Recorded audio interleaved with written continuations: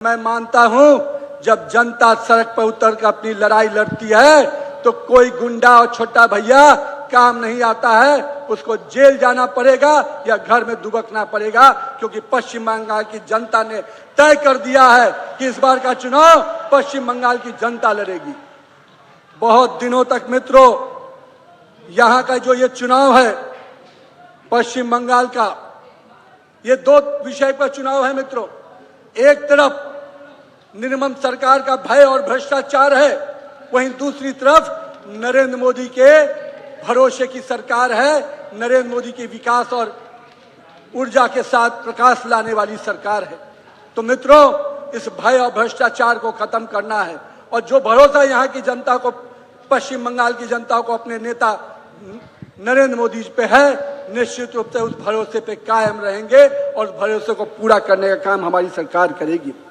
मित्रों पश्चिम बंगाल में यहाँ की मुख्यमंत्री ममता दीदी महिला हैं, लेकिन मैं आज पूछना चाहता हूं दीदी से, 16, 17, 18 अप्रैल को नारी शक्ति वंदन अधिनियम के माध्यम से लोकसभा और विधानसभा में 33% आरक्षण देने का काम नरेंद्र मोदी की सरकार करने जा रही है। हमने लोकसभा और विधानसभा में लोकसभा और राज्यसभा में इसको पास भी किया है।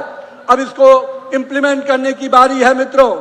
अगर है हिम्मत ममता दीदी में और वो कहती हैं कि हम महिलाओं की रहनुमा हैं, तो उस आरक्षण के बिल पर 16, 17, 18 को आप समर्थन व्यक्त कीजिए, तब मैं समझूंगा कि आप महिलाओं की सही में रहनुमा हैं। मित्रों इन लोगों ने महिलाओं के जो भरोसा दिया, आज महिलाओं को ही सबसे अधिक परेशानी में डालने का काम किसी ने किया है, तो यहाँ की निर्मम सरकार ने किया है। लेकिन मित्रों हम पश्चिम बंगाल की जनता से आज स्पष्ट रूप से कुछ संकल्प के साथ आपके सामने बातें रखने जा रहे हैं। जिस दिन हमारी सरकार बनेगी, कर्मचारियों को 7वां वेतन आयोग देने का संकल्प हमने लिया है। हमने संकल्प लिया है जो विभिन्न विभागों में सरकार की नौकरियों के पद खाली हैं, उनको भरने का काम हमारी सरकार तुरंत में करेगी। साथ ही साथ भर्ती घोटाले में जो हमारे युवा प्रभावित हुए हैं, उनका जो समय लगा है, उनको आयु सीमा में 5 वर्ष का छूट देने का काम हमारी सरकार करेगी। और नौकरियों में जो घोटाले हुए हैं, उन घोटालों को निश्चित रूप से पर्दाफाश करेंगे और उसके लोगों को जेल भेजेंगे जिन्होंने हमारे युवा और छात्रों के साथ जिंदगी के साथ खेलने का काम किया है। और साथ ही साथ आने वाले समय में पारदर्शी रूप से ऐसे परीक्षा के तंत्र विकसित करेंगे ताकि हमारे युवा और छात्रों को कोई परेशानी नहीं आए। मित्रों इसी पश्चिम बंगाल में चाय बागान के लिए लोग अपने रोजगार को, एक पूरा पश्चिम बंगाल इसके लिए जाना जाता था, पर दुर्भाग्य है कि आज उत्तर बंगाल का ये इलाका चाय बागानों की पीड़ा से ग्रसित है। और सबसे अधिक अन्याय किसी ने ममता दीदी की सरकार ने किया है तो चाय बागान के लोगों के साथ किया है। यहाँ के इकोनॉमी को पूरी तरह से तहस नहस करने का काम किया है।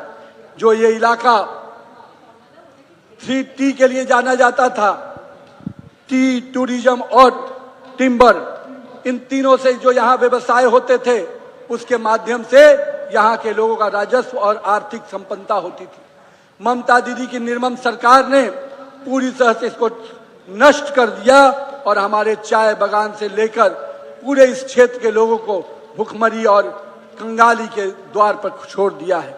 लेकिन हम अपने यहाँ के लोगों से स्पष्ट रूप से ये विश्वास दिलाने आए हैं कि आने वाले समय में जिस प्रकार से अन्य राज्यों में हमारी सरकार ने, चाहे वो असम हो चाहे अन्य राज्यों में, चाय बागान के लोगों के साथ जो हम लोगों ने उनको आगे बढ़ाने का काम किया है, चाहे उनके शिक्षा के लिए हो, उनके स्वास्थ्य के लिए हो, उनके भूमि का स्वामित्व पट्टा देने का मामला हो, या उनको स्वास्थ्य के दृष्टि से आयुष्मान भारत जैसी योजनाओं से जोड़ने का मामला हो, हम अपने चाय बागान के श्रमिकों का सम्मान भी करेंगे, उनके दैनिक वेतन में वृद्धि भी करेंगे और साथ ही साथ उनको एक अच्छा जीवन देने का संकल्प हम लोग लेते हैं। मैं आज यहाँ पर अपने तमाम पश्चिम बंगाल के लोगों और के साथ कई कार्यक्रमों में जाने का मौका मिल रहा है मैं आज आपके माध्यम से बताता हूं, पूरे पश्चिम बंगाल में एक ही आवाज आ रही है कि इस बार कमल को खिलाना है। और कमल के प्रति जो विश्वास है वो कहीं ना कहीं टीएमसी के गुंडों को एक चेतावनी के रूप में लग रहा है मित्रों। और मोदी जी हमेशा कहते हैं कि जिन्होंने भी हमारे पश्चिम बंगाल के लोगों को प्रताड़ित करने का काम किया है, जिन्होंने हमारे पश्चिम बंगाल के लोगों का शोषण करने का काम किया है, उनको चुन चुन कर उनका हिसाब किया जाएगा, किसी को बख्शा नहीं जाएगा मित्रों। अभी हाल ही में आपने सुना था मुख्य न्यायाधीश ने यहां की मशीनरी के बारे में क्या कहा। पूरी तरह से कहा कि यहां की मशीनरी पूरी तरह से अराजकता के प्रतीक हो गई है। और एक महाजंगल राज जब हम लोगों ने कहा था तो निर्मम सरकार को बहुत बड़ी तितकी लगी थी। लेकिन मैं आपसे पूछता हूं, बिहार में जब हाई कोर्ट ने जंगल राज कहा तो जनता ने उस सरकार को उखाड़ फेंका। अब इसी पश्चिम बंगाल में जब कोर्ट का निर्णय आता है कि यहाँ की सरकार अराजकता फैला रही है, तो मुझे मालूम है पश्चिम बंगाल की जनता भी इस सरकार को सबक सिखाने के लिए तैयार खड़ी है मित्रों।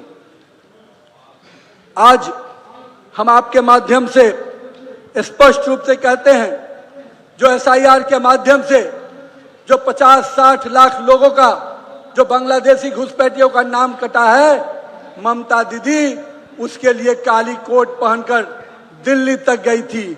लेकिन मेरी माता बहनों के साथ जब अन्याय हुआ तो वो संवेदनशीलता उनके अंदर नहीं थी।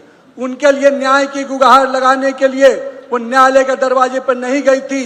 शासन प्रशासन के माध्यम से उनको न्याय दिलाने का काम नहीं किया था, पर बांग्लादेशी घुसपैठियों के प्रति इतनी रहनुमाई थी कि उनके लिए वो काला कोट पहनकर सुप्रीम कोर्ट तक गई थी। तो दीदी, आपको इतना ही भरोसा है, पश्चिम बंगाल के लोगों पे आपको भरोसा नहीं है और बांग्लादेशी घुसपैठियों पे भरोसा है, तो इस बार पश्चिम बंगाल की जनता भी आप पर भरोसा नहीं करने वाली, आपको सबक सिखाने वाली है। साथ ही साथ मित्रों, विकास के कई पैमाने पे माननीय प्रधानमंत्री नरेंद्र मोदी जी ने पश्चिम बंगाल को करीब दर्जनों ट्रेन और कई 101 रेलवे स्टेशन का शुद्धिकरण किया है। पहली वंदे भारत स्लीपर ट्रेन इसी पश्चिम बंगाल को गुवाहाटी से कलकत्ता तक चलने का काम हमारी नरेंद्र मोदी की सरकार ने किया है। मुझे इस बात की खुशी है कि जो आयुष्मान भारत का लाभ पूरे देश की जनता ले रही थी, उसको रोकने का काम अगर यहाँ की सरकार ने किया है, तो नरेंद्र मोदी ने भी संकल्प किया है कि हम अपने पश्चिम बंगाल के लोगों को आने वाले समय में आयुष्मान भारत के कवच से जोड़ेंगे, जिसके माध्यम से हम गरीब परिवारों को स्वास्थ्य का बीमा दे पाए। साथ ही साथ मित्रों, वाराणसी से कोलकाता का कॉरिडोर निश्चित रूप से विकास के नए आयाम दिखाने वाला है। और आने वाले समय में हम लोगों ने पश्चिम बंगाल के लिए जो सपना देखा है, उस पश्चिम बंगाल के विकास के सपने को अगर कोई बढ़ाना है तो आपका विश्वास, आपका समर्थन हमको मिलेगा, तो निश्चित रूप से इस पश्चिम बंगाल के विकास को आगे बढ़ाएंगे। मित्रों, आज पूरे दार्जिलिंग की पहाड़ियों से लेकर सुंदरबन के द्वीपों तक, उत्तर बंगाल के चाय बागानों से लेकर कलकत्ता की गलियों तक आज एक ही आवाज उठ रही है, बदलाव चाहिए, बदलाव चाहिए।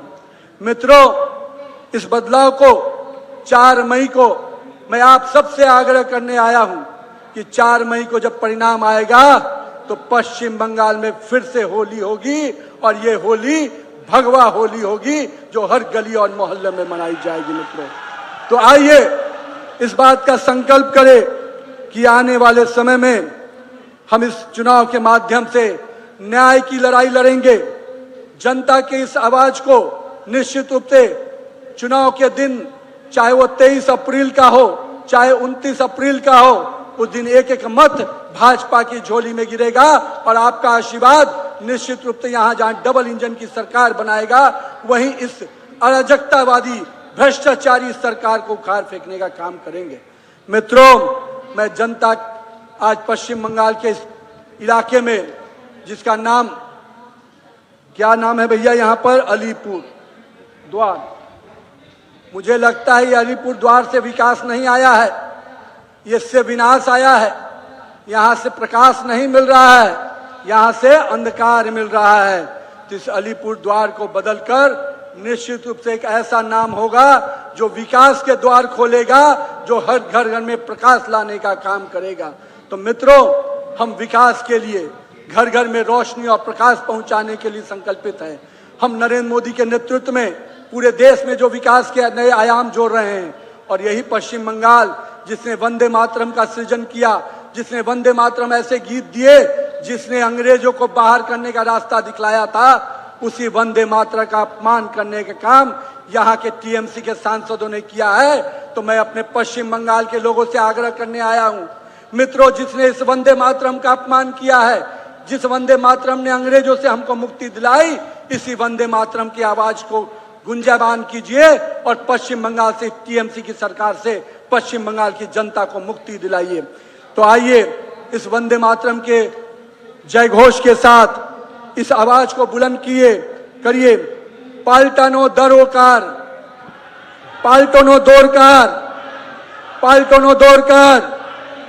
आवाज और गूंजनी चाहिए ताकि हर मोहल्ले तक ये आवाज पहुंचे। पाल्टानो दोरकार, पाल्टानो दोरकार। जय बीजेपी सरकार। वंदे मातरम, वंदे मातरम। जय श्री राम, जय श्री जय राम, श्री राम, जय श्री जय राम। मां दुर्गे। एबीपी आनंद एगिए थाके एगिए राखे।